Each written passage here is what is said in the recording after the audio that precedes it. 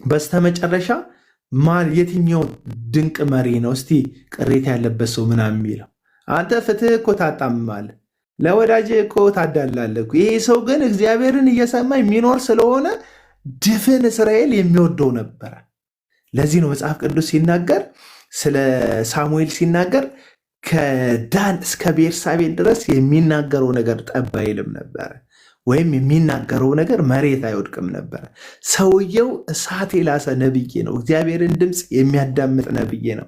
እስራኤል ከሱ የተነሳ በጦር ሳይሆን በፕሬዘንስ በእግዚአብሔር መገኘት አርፋ ተረጋግታ ትኖር ነበረ እና አንዳንድ ጊዜ በጩኸት ያልጠበቅነውን በጮሆንለት ጌታ መጠበቅ የምንችልበት ህይወት ከሳሙኤል እንማራለን። ሳሙኤልን ካያችሁት አልቃሻ ነው። እግዚአብሔር ፊት የሚነዛነዝ የሚጮህ እግዚአብሔርን በመለመን የሚያምን ነው።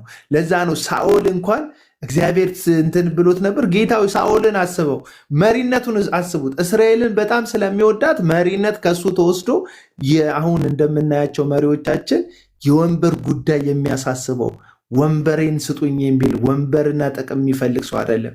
መስፍን ማለት አገር አስተዳዳሪ ማለት ነው። የዛን ጊዜ ከመቅደስ እስከ ፖለቲካ የሚዘወረው በሳሙኤል እጅ ነበር። እስራኤል የሚወጣው የሚገባው በሳሙኤል እጅ ነበር።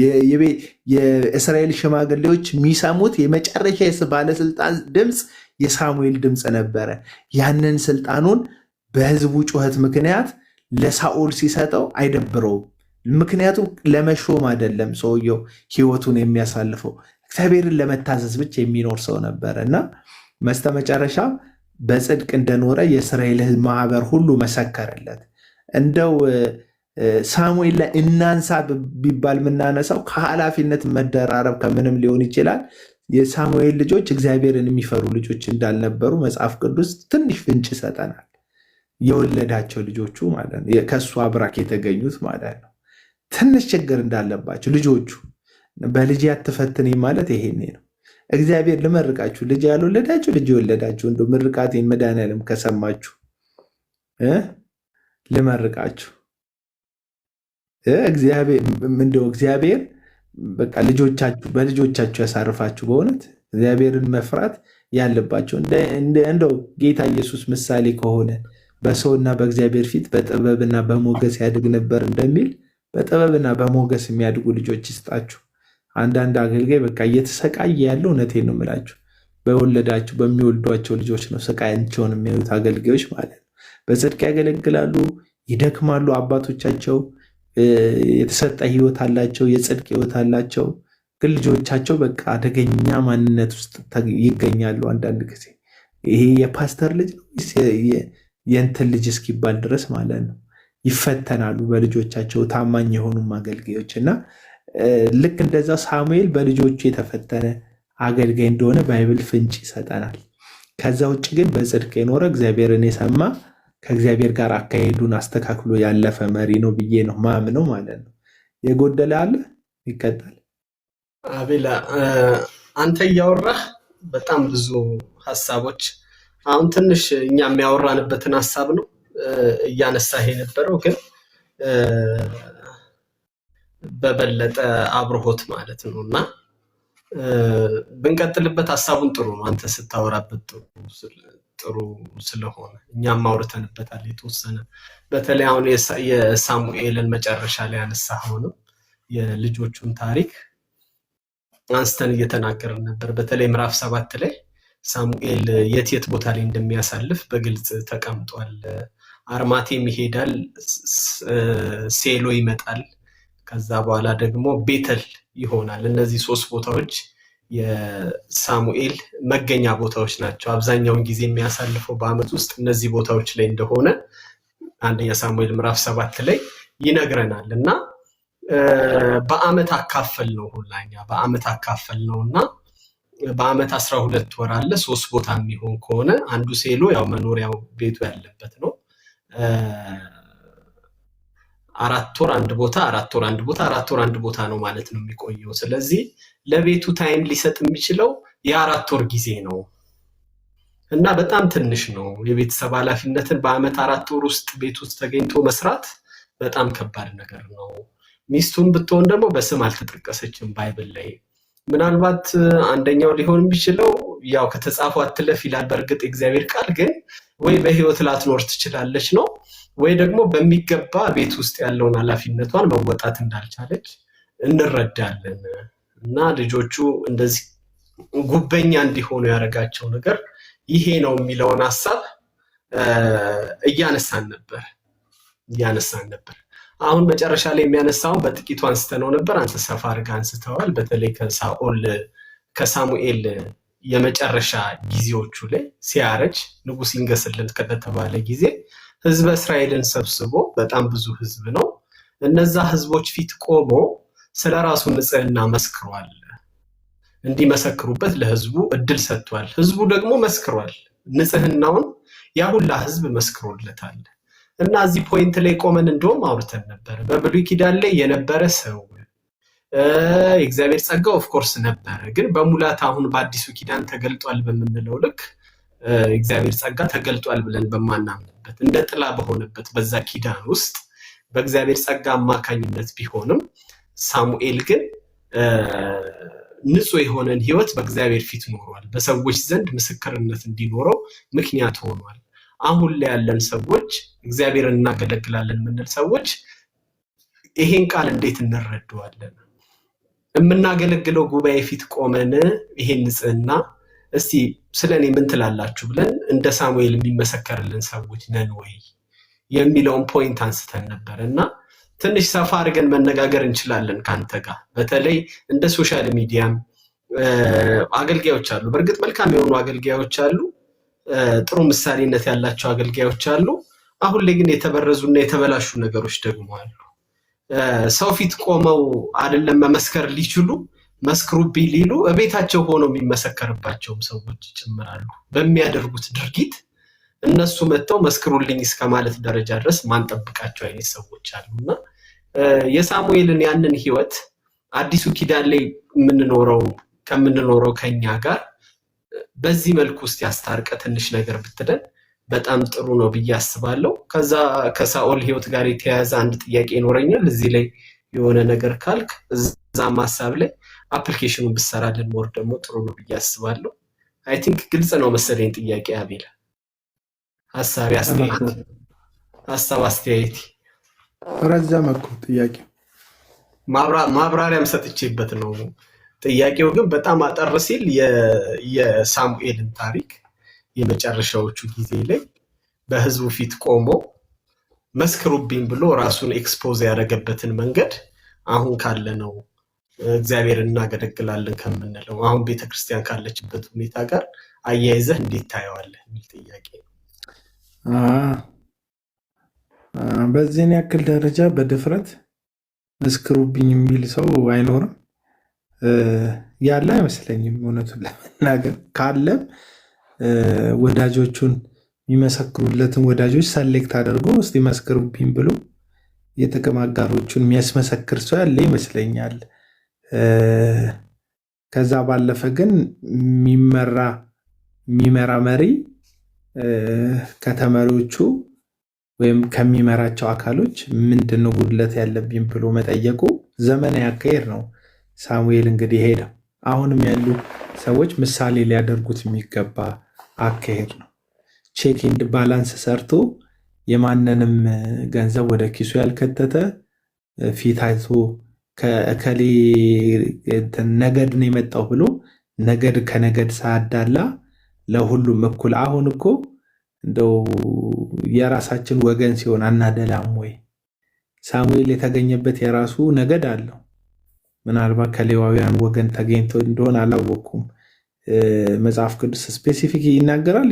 አይሁዳዊ ይሁዳ ነው፣ ዳን ነው፣ ቤርሳቤ ነው ይላል። እንደዚህ አይነት ነገር አላየውም መጽሐፍ ውስጥ ማለት ሳሙኤል መጽሐፍ ውስጥ ከየት ወገን እንደሆነ አይታወቅም። ግን እስራኤል ለክህነት የተለየው ሌዊን ጨምሮ 11ዱን ስንጨምር 12 የሚያክሉ ነገዶች አሉ። እነዛን ሁሉ ግን በጽድቅ እንዳገለገለ በፍትህ እንዳገለገለ ለሰው ፊት አይቶ እንዳላዳላ ራሱ በአንደበቱ ተናግሯል። የእስራኤልን ማህበር ከሱ ምንም ችግር እንደሌለበት በመውጣት በመግባታቸው ምንም እንዳላደረጋቸው ግን ልጆቹ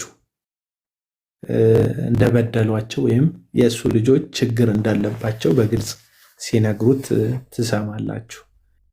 በልጆቹ እንጂ በሱ በራሱ ነቀፌታ አልነበረበትም።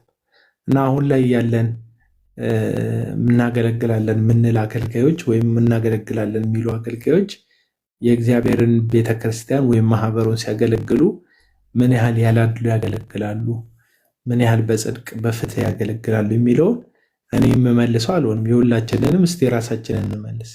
መሪዎቻችሁን አስቧቸው። እስካሁን የነበራችሁባቸውን ቸርቾች ምን ያህል በጽድቅ አገልግለዋቸዋል? ምን ያህል በፍትህ ዳኝተዋቸዋል? ምን ያህል ረክታቸዋል በቤተ ክርስቲያን አገልግሎት? ይሄ አሁን የጴንጤ የደበረህን ስብከት እንቅልፍ ብሎ ከወንበር ጋር እያጋጨህ የነበረ ሰባኪ እንዴት ነበር ስብከቱ ሲልህ፣ ይሄ በግብዝነትና በሸንጋይ መንፈስ በጣም ድንቅ ጊዜ ነበር ምናምን። ከዛ ስትጠየቅ አይ የእሱን ልቡን እኮ ላለመስበር ነው ብለህ የምትናገሩ እውነት እዛሽ ቀን ጥረት አለ። ሪል ቤትክ ስትቀመጥ ብቻህን የሚሰማክ በውስጥክ ይህ ሰውዬ ቃርቃር አለኝ ምናምን ሚልህን ውስጥህን ብቻ አዳምጥ።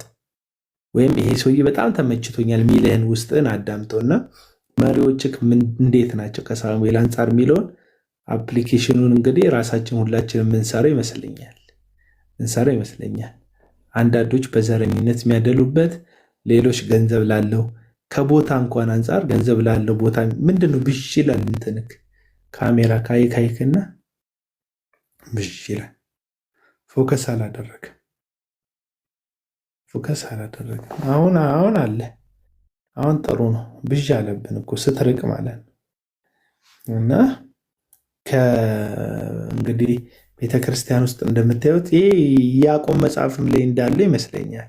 ሀብታሞች የፊት ለፊት ወንበር የክብር ቦታ ይሰጣቸዋል፣ የሌላቸው ሰዎች ይገፋሉ፣ ይናቃሉ። ቤተክርስቲያኖች ምስኪኖች ቦታ የላቸውም። አሁን ላይ ሰው ተኮር የሆነ የአዲስ ኪዳን አገልግሎት የተረሳበት የተዘነጋበት፣ እንደውም ህንፃና ፎቅ ብቻ በጣም ልዩ ትኩረት በቢሊየን ፕሮጀክት የሚታሰብበት ሰው ትኩረት ያልሆነበት ዘመን ላይ ነው እኛ ደግሞ ያለ ነው። እና መሪዎቻችሁን አስቧቸው። በተለይ ሜጋ ቸርች ለመትከል የሚተፋተፉ መሪዎቹን ተመልከቷቸው። ቢሮ ብትሄዱ አታገኟቸው ምናና ምንድን መጋቢ ተብሎ ቢሮ ብትሄዱ አታገኙትም። በጣም ውጥር ያለ ጊዜ ነው ያለ እና ምንድን ነው ሰውዬ ለማን ነው የተጠራው? ለአጥቢያ ነው የተጠራው? ለዓለም ነው የተጠራው? ምንድን ነው የተጠራው? ለምንድን ነው የተጠራው? እና ለምንድን ነው የተጠራው? ይሄ ሰውዬ ለማን ነው የተጠራው? የትኛው ላይ ፎከስ ማድረግ ያለበት? አንድ መጋቢ ተደርጎ የተሾመ ለአጥቢያ ቤተክርስቲያን ከሆነ የሚያማክራቸው ሰዎች ካሉ፣ የሚጸልይላቸው ሰዎች ካሉ፣ ቢያንስ በሳምንት አንድ ጊዜ እንኳን ቢሮ የማይገኙ ሰዎችን በምን እንደምትዳኛቸው አላውቅም። እኔ ዝምታ ነው መልሴ በሚለው ባልፈው ነው የሚሻለው። እና ቢሆኑ ጥሩ ነው፣ እንመኛለን። በጣም ደገኛ መጋቢዎች፣ መልካም ልበቀና የሆኑ አገልጋዮች እንዳሉ አምናለሁ። የበዙቱ ግን በቃ ጆተን ይበላቸው፣ ካልከት ካልዋጡ ዝም ነው።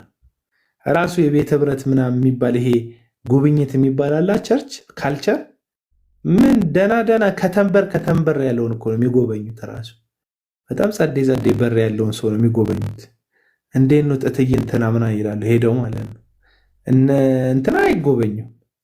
በራቸው የተጣመመ ምናምን ትንሽዬ ደሳሳ ጎጆ ውስጥ የሚኖሩ ሰዎች ምናምን አይደርሳቸው። ይሄ ሁሉንም ቸርች የሚመለከት አይደለም። አንዳንድ በጽድቅ የሚያገለግሉ የታመመ ሰው ምዕመን ካለ እየሄዱ የሚጎበኙ በገንዘባቸው የሚደግፉ ሙሉ ጊዜ አገልጋዮችም የቤተ ክርስቲያንም አገልጋዮች ይኖራሉ። ባላንስ አድርጋችሁ ስሙኝ።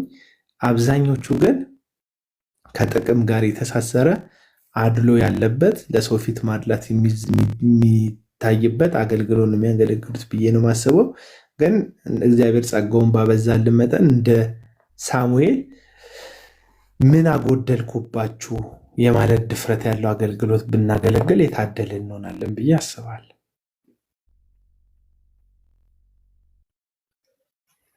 አሪፍ ሀሳብ ነው። በጣም ጥሩ ሀሳብ ነው።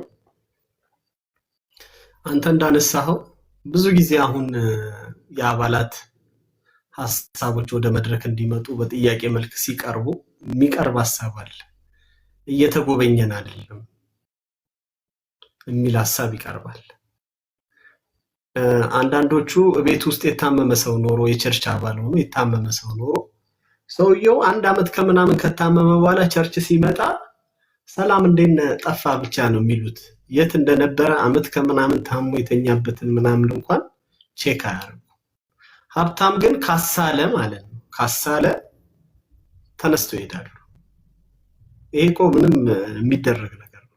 ከእንደገና ደግሞ በአገልጋይ እርከንም ደግሞ ነገርየው ሲደረግ ታስተውላለህ። በአገልጋይ እርከን ማለት ምን ማለት ነው? መጋቢው ደና ቤት እየሄደ በደንብ ሊያጎርሱት የሚችሉት ቤት እየሄደ ሲወጣ ፖስታ ሊሰጡት የሻይ ብለው የሆነ ነገር ሊያደርጉለት የሚችሉበት ቼክ ሊጽፉለት የሚችሉበት ቤት እየሄደ ግን ጉብኝት መዳረስ ስላለበት እታች ያለውን የሙሉ ጊዜ አገልጋይና ወይ ወንጌላዊ ተብለው የተቀመጡትን ሰዎች ቀደም አንተ የገለጽከውን የተጣመመ በር ወዳለበት የማይመችበት ቤት ውስጥ ይልኳቸዋል። እንደዚህ አይነት ነገሮች በጣም በከፍተኛ ደረጃ አለ። እኔ በፊት በነበርኩበት ቸርች ውስጥ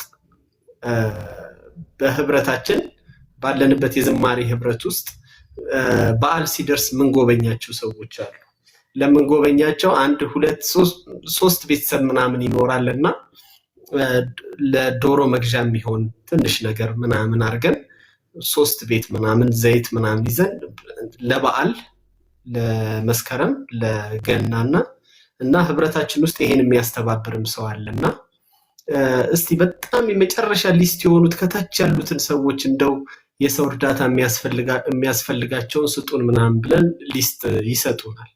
በጣም የሚገርምህ አንዳንድ ሰው ቸርች ስታየው በጣም ሲያመልክ ስታየው ሲስቅ ስታየው ምናምን ሁሉ ነገር የሞላለት ምናምን ይመስላል። እና አንዳንድ ሰው ቤት ስትሄድ ግን የሚገጥምህና የምታየው ነገር በጣም የሚያሳዝን ነው። አንድ ሰው ቤት አሁን ሄደናል። ልጁ የሚያገለግልበት ቤት እና መበለት ነች። አንድ ልጅ ነው ያላት ይሄ ልጅ። እዛ ቤት ሄደን እናውቃለን። እና ቤታቸው ስንሄድ አልጋው ብቻ ነው ያለው። ትገባለህ፣ በቃ አልጋ ብቻ ነው ያለው። ሁሉ ነገር አልጋ ስር ነው ያለው። ከአልጋ ስር ወጥቶ በረንዳ ላይ ነው የሚሰራው። እና የቤቱን ጥበት ልነግርህ አልችልም። ምንም መቆሚያ የሌለበት ቤት ነውና ያ የኳየር ብረት መጥቶ 3 ሰው ነው ገብቶ አልጋ ላይ መቀመጥ ይችላል። ሌላው በር ላይ የሆነች የሚያበስሉባት ነገር በረንዳ ጥግ ላይ ያለች። የተከራዩበት ግቢ ራሱ አጥር ያለው የሆነ ሰፈር የሆነ ግቢ ነው፣ አጥር የሌለው ግቢ ነውና እነዚህ ሰዎች ግን በቸርች ውስጥ የሚጎበኙ ሰዎች ናቸው፣ የሚታዩ ሰዎች ናቸው ብዬ አስቤያለሁ በግሌ እውነት ለመናገርና በጣም ጉብኝት የሚገባቸው ሰዎች እያሉ የማይጎበኙ ሰዎች አሉ።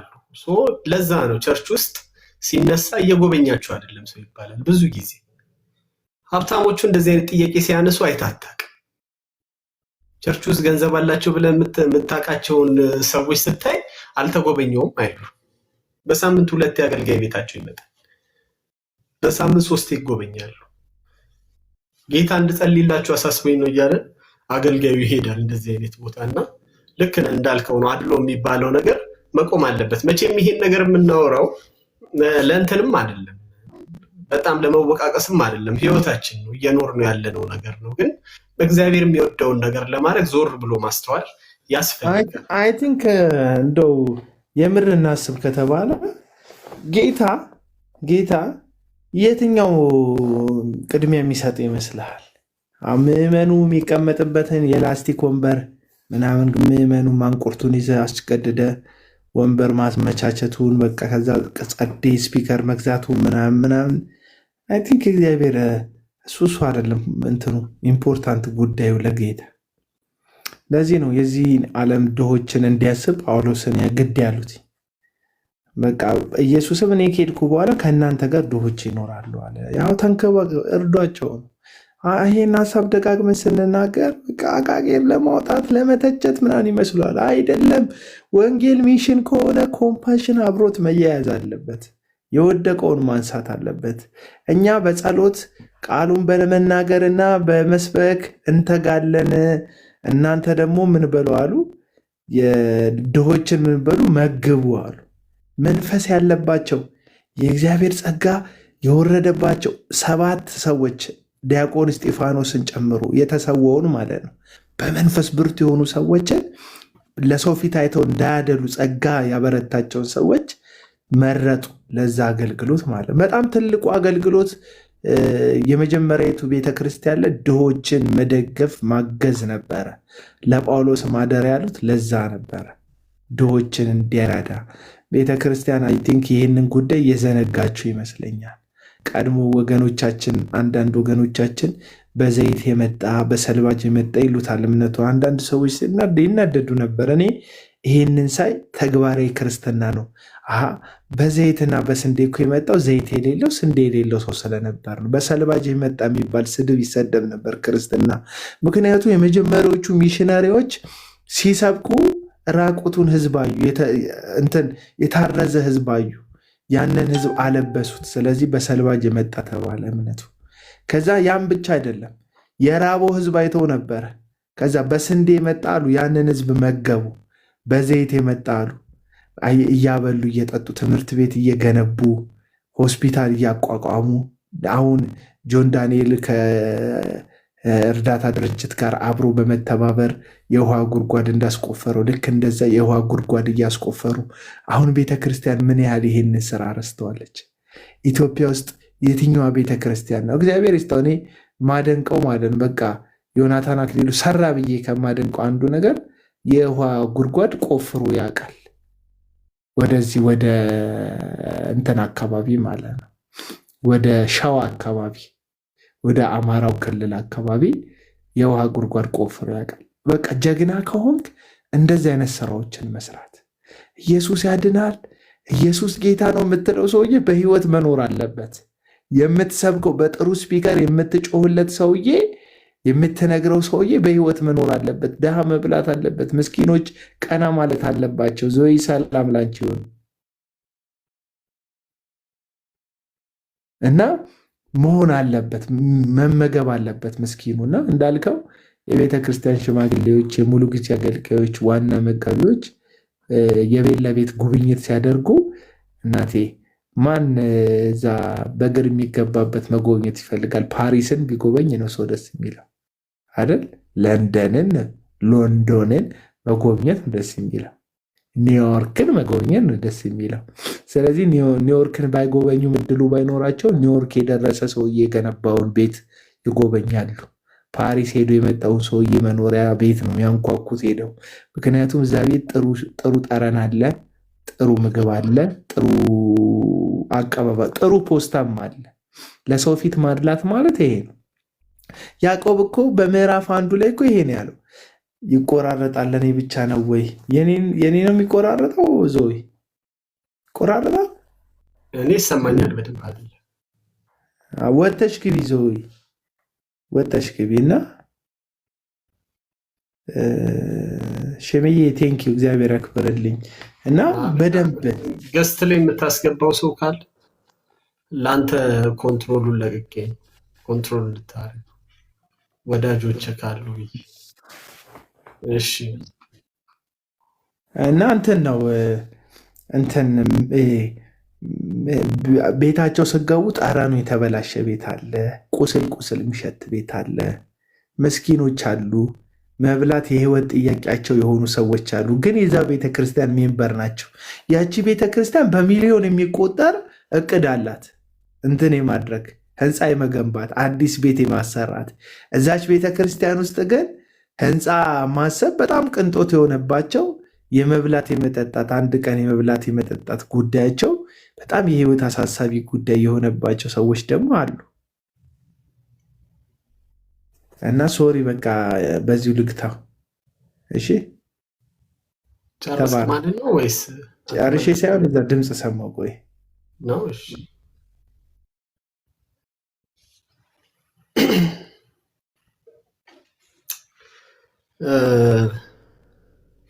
እና ቸርች ላይ ያለን ሰዎች፣ ቤተክርስቲያን ውስጥ የምናገለግል ሰዎች ዋጋችንን ከምድር ባንጠብቅ ጥሩ ነው። ዋጋችንን ከሰዎች ባንጠብቅ ጥሩ ነው። በዋናነት ዋጋችንን ልንቀበል የሚገባው ከእግዚአብሔር ነው። ያ ማለት ሰዎች ምንም ያርጉልን አያደርጉልን እያልኩ አይደለም። ግን ሞቲቫችን መሆን ያለበት አስተሳሰባችን ሊቃኝ የሚገባው የእግዚአብሔር ቃል እንደሚያዘው ነው። ሲጀመርኩ ሰርግ ቤት ከመሄድ ራሱ ሐዘን ቤት መሄድ ይሻላል ነው የሚለው መጽሐፍ ቅዱስ። እና እውነተኛ አገልጋይ ነኝ ብላችሁ ራሳችሁን የምትቆጥሩ ሰዎች አገልጋይ ነኝ ሴንስ ፉል ታይምም እኮ መሆን አይጠበቅባችሁም። ሰው ለመጎብኘት ሰውን ሄዶ ለማየት የግድ ቸርች ውስጥ የተሰየመ ፉል ታይም መሆን የለባችሁ። ቸርች ወር ቤተክርስቲያን እንደ ተቋም አንድ እቅዱ አድርጋ ጉብኝትን እንትን ትላለች። እኛ ደግሞ እንደ ግለሰብ ማቀድ አለብን። በአመት ውስጥ 3 ቀን ሰዎችን እጎበኛለሁ ብለን ለበዓል ጊዜ ሊሆን ይችላል ኦር ለሌላ ቀን የምንጎበኘውን ሰው ሄደን ብንጎበኝ መልካም ነገር እኮ ነው የሚሆንልን አይደል? በግላችን እኮ ማቀድ እንችላለን ጉብኝት። እንደዛ ማሰብ ያስፈልጋል። አንዳንድ ጊዜ ከቤታችን ስንወጣ ከተማችን ላይ ሞልቷል እኮ የእኛን ኪስ የሚጠብቁ ሰዎች ለዳቦ የሚሆን ነገር እንድንሰጣቸው። ምንም ያህል አጭበርባሪዎች ቢጠፉ ቪንቶ ጠጥተው የሆነ አረፋ ነገር ጠጥተው የውሸት አረፋ የሚደፍቁ ሚዛናቸውን ሰብረው የማይሰራ ሚዛን ሰብረው ሚዛን የተሰብሮብኝ ነው ብለው የሚያለቅሱ የሚያጭበረብሩ አሉ ከተማ ውስጥ። አንዳንድ ጊዜ እንዳንሰጥ ንፉግ እንድንሆን ሰዎችን እንዳንጎበኝ ምክንያት የሚሆኑን አይነት ሰዎች አሉ። ቢሆኑም ግን እኛ እምነታችንን ጥለን መስጠት ለሚገባን ሰው ውስጣችን ለሞላ ሰው ሰፖርት ማድረግ ያስፈልጋል። በተለይ ደግሞ በሃይማኖት ውስጥ ያሉትን ሰዎች ቅድሚያ እንደውም እነሱ እንድንረዳ ራሱ መጽሐፍ ቅዱሳችን የሚያዘው። ስለዚህ በቤተክርስቲያናችን ውስጥ ያንን ማድረግ በጣም አስፈላጊ ነው። ለምሳሌ በቀደም እኔ በነበርኩበት ቤተክርስቲያን በቃልዮት ውስጥ አንድ ነገር ሲነገር ነበረ። የፍቅርና የርህራሄ የሚባለው ህብረት ከኮምፓሽን ቃልዮት ላይ ያው ኮምፓሽን አለ እንደምታውቁት፣ ከኮምፓሽን ጋር በመተባበር ለአንድ ልጅ አመታዊ ወጪ ወደ 30,000 ብር አካባቢ አይ ቲንክ 2500 ብር መሰለኝ በወር እንደዛ ነገር ተሰልቶ ወደ 30,000 ብር መሰለኝ የተሰላው። አዎ እንደዛ አካባቢ 30,000 ብር ተሰልቶ ያንን 30,000 ብር በቡድን ሰዎች አዋጥተው ሰዎችን አንድ ልጅ ለማስተማር ፕላን ሲደረግ ነበርና ይሄ ነገር ጸድቆ እንግዲህ ወደ ስራ ሊገባ ነው። እንደዚህ አይነት ሰዎችን በትብብር ሆነን እንዲማሩ የምናደርግበት የተራቡ ሰዎች ምግብ እንዲበሉ የምናደርግበትን ፎርም ላይ አብረን ቁጭ ብለን ብናገለግል መልካምና የተሻለ ነገር ነው ብዬ በግል ያስባለሁ እና እንደዛ ብናደርግ በጣም ጥሩ ነው። እኔው ህይወታችንን እንድናይ እንድንመዝን መልካሙን ነገር እንድንመርጥ በመልካሙ መንገድ እንድንሄድ።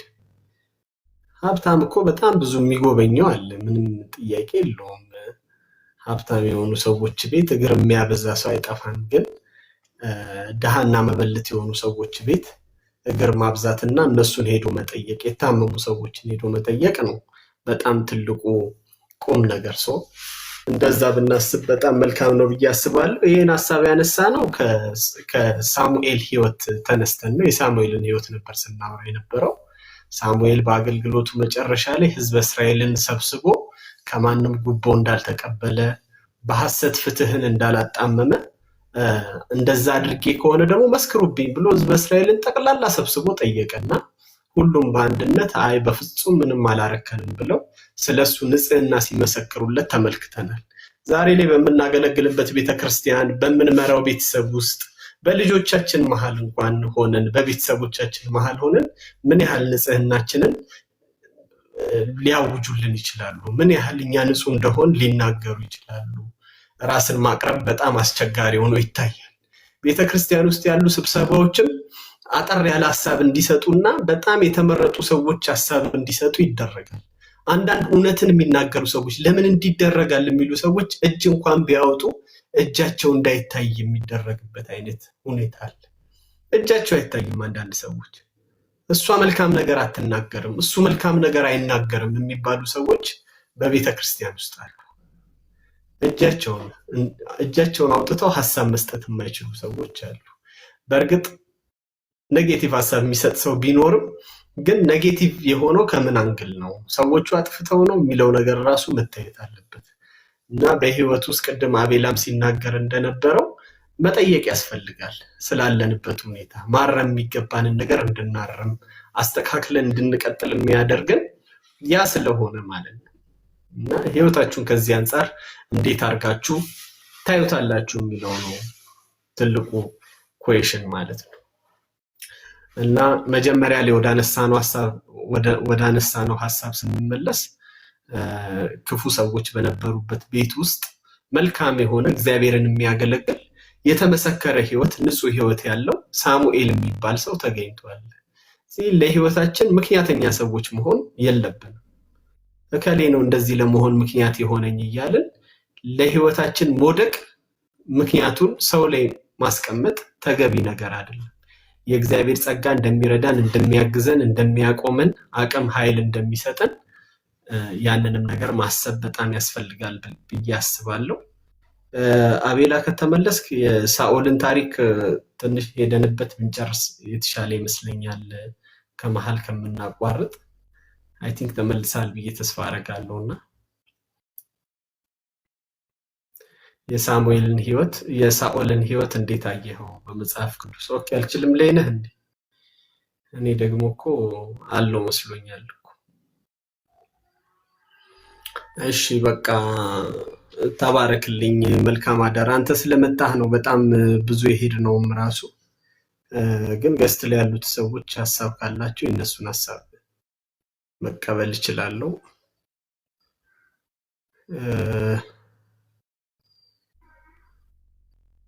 እኔ አለቃ እኮ ለምን እኔ ቤት እንደሚመጣ ነው ግራ የሚገባኝ።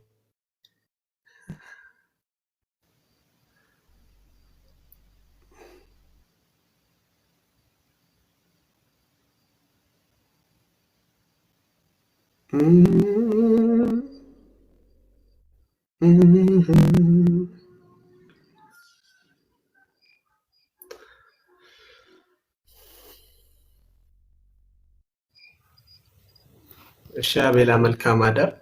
ቶሌ ድሪባ እንዴት ነህ? ሰላም ነው ወይ? ፓፓ ማቲ ጋሹ መወዲ ወንድም እንዴት ነህ? አለው እግዚአብሔር ይመስገን። ለማየት እየሞከርኩ ልለይህ አልቻልኩም። ወይ አታውቀኝም? እኔ ነኝ የማውቅህ በእውነት። ይሄ ወንጌል ስራ ላይ የሚሰሩ ሰዎችን በጣም እከታተላለሁ፣ ፎሎ አደርጋለሁ። እንዲሁም ደግሞ እውነታን ላይ የሚገልጹ ሰዎች ይመቹኛል። ባይዘው እንደ እግዚአብሔር ቃል ሲሆን በቃ ደስ ይለኛል። ታውቃለህ። ቴንኪው በጣም ነው የማመሰግነው። እግዚአብሔር ያክብርልኝ። ክብር ይስጥልኝ። ለምን መሰለህ አሁን እናንተ የምትሰሩት ስራ አሁን ተራ ነገር አይደለም። የሚያመልጥ ትውልድ አለ። ገብቷል። አንድም ሁለትም ሶስት እያለ የሚያመልጥ ደግሞ ብዙዎች አምልጠዋል። እኔ የማውቃቸውና መናገር አሁንም ደጋግሞ መናገር ይሄ እግዚአብሔር ቃል እንዲህ ይላል እግዚአብሔር ቃል እንዲህ ይላል ሲባል ሰው እናንተ እየጠቆማችሁ ያላችሁት ወደ ግለሰብ ሳይሆን ወደ እውነተኛ የሆነ ወደ እግዚአብሔር ቃል የእግዚአብሔር እስትንፋስ ያለበት ጋር ስለሆነ ሰው እዛ ሄዶ ያነባል፣ ያያል፣ ሜዲቴት ያደርጋል። ብዙዎቹ ያመጣሉ በዚህ በእውቀት ላይ የተመሰረተ ነገር ስለሆነ ማለት ነውና ሁሌም እከታተላችኋለሁ፣ ፎሎ አረጋችኋለሁና ደስ ትሉኛላችሁ። እግዚአብሔር አምላክ ከእናንተ ጋር ይሁን። ያው እኔ የምችለው በመጸለይ ነው። ከእናንተ ጎን መቆም የምችለው ጸልይላችኋለሁ። ቴንኪው በጣም ነው የምናመሰግነው ቶሌ። ግን ራስን ብታስተዋውቀን ደግሞ ሞር ጥሩ ነው። ሌላ ጊዜ ስትመጣ ከስምህን ባሻገር ቶሎሳ ድርባ ባደለው ቤተክርስቲያን በምንድን ነው የምታገለግለው የሚለው ቶሎሳ ድርባ ባላለው የሆለታ ብርሃነ ክርስቶስ ቸርች ታቆንደው ቁጥር 2 እዛ ነው አባልነት። አሁን በስራ ምክንያት አዲስ አበባ እገኛለሁኝ። አገልግሎት ደግሞ በፊት በመዝሙር አገለግል ነበረ። ግን አሁን ጸጋዬ ለይቼ ወደ ወንጌል ስርጭት ለመቀላቀል እየተዘጋጀው ነው። ባይብል ስቴዲ እያደረኩኝ ነው ማለት ነው። መልካም፣ በጣም ደስ የሚል ነው። እንግዲህ ስለተዋወቅን በጣም ደስ ብሎኛል። ያው እዚህ ቤት ስትመጣ ስለ እግዚአብሔር ቃል እናወራለን። ወቅታዊ በሚነሱ ሐሳቦች ላይ ሀሳብ እናንሸራሽራለን፣ እድል እንሰጣለን ለሰዎች እንዲናገሩ ሀሳባቸውን እንዲገልጹ እንወያያለን። መልካሙን የሆነውን ነገር እንይዛለን። ዛሬ ርዕሱን አጥፍቼው ነው እንጂ ስንነጋገርበት የነበረው ርዕስ ስለ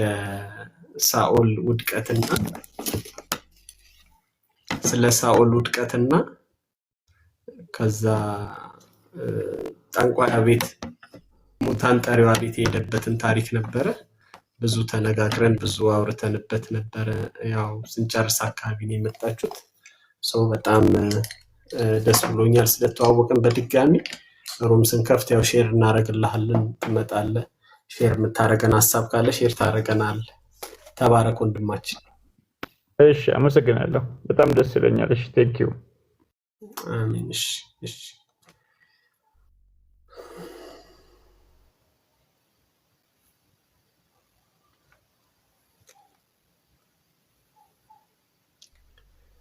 ሚኩ አለ?